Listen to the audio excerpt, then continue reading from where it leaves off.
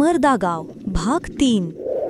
उमरदा गावात पुन्हा एक नवीन सकाळ झाली होती। पक्ष्यांचा आवाज आणि हलका वारा गावात शांती निर्माण करत होता। गावातील स्त्रिया पाणी भरत होत्या। गावातले लोक त्यांच्या रोजच्या कामात गुंतलेले होते। पण त्या सगळ्यांच्या मध्ये दीपक आणि अजित मात्र चिंतेत होते। अजित हळू आवाजात, "दीपक, कल झुंकीचं नाव पुन्हा कोणी घेतलं का रे?" दीपक, "नाही, पण मला वाटतं ती कथा अजून संपलेली नाही."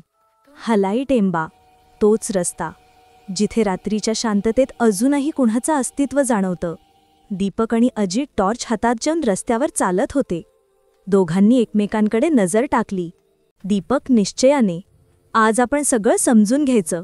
ती खरंच आहे का की फक्त एक भ्रम?" अजित घाबरून, "जर ती पुन्हा दिसली तर?" दीपक ठाम स्वरात, "मग ह्यावेळी पळायचं नाही." प्रत्येक पावलाबरोबर धुकं दाट होत चाललं होतं आणि हवेत काहीतरी वेगळंच जाणवत होतं। अचानक दीपकच्या टॉर्चच्या प्रकाशात एका झाडाखाली काहीतरी चमकलं।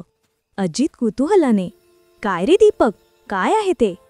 "एक वही दिसतीये, खूप जुनी आहे." दीपकने ती वही उचलली आणि त्यातून एक फोटो खाली पडला। त्या फोटोमध्ये एका मुलीचा चेहरा होता। तीच होती झुंकी। दोघे हळूहळू वही घेऊन पुढे चालत गेले आणि एका ठिकाणी बसून ती वही वाचू लागले। त्या वहीत झुंकीचं भूतकाळ लिहिलं होतं। ती एका उच्च खानदानी घरातील मुलावर प्रेम करत होती, पण त्या मुलाचे घरचे त्यांना सोबत पाहतात आणि एके दिवशी गावातील लोकांनी झुंकीवर दगड फेकून तिचा जीव घेतला। अचानक आवाज आला। दीपक आणि अजित मागे सरकले। झुंकी त्यांच्या समोर उभी होती। झुंकी दुःखी आवाजात, "मदत करा, मला मुक्ती हवीये, मला मुक्त करा." दोघे तिच्या मुक्तीसाठी मंदिरात गेले आणि प्रार्थना करू लागले। झुंकीचा आत्मा आनंदाने मुक्त झाला आणि प्रकाशात विलीन झाला।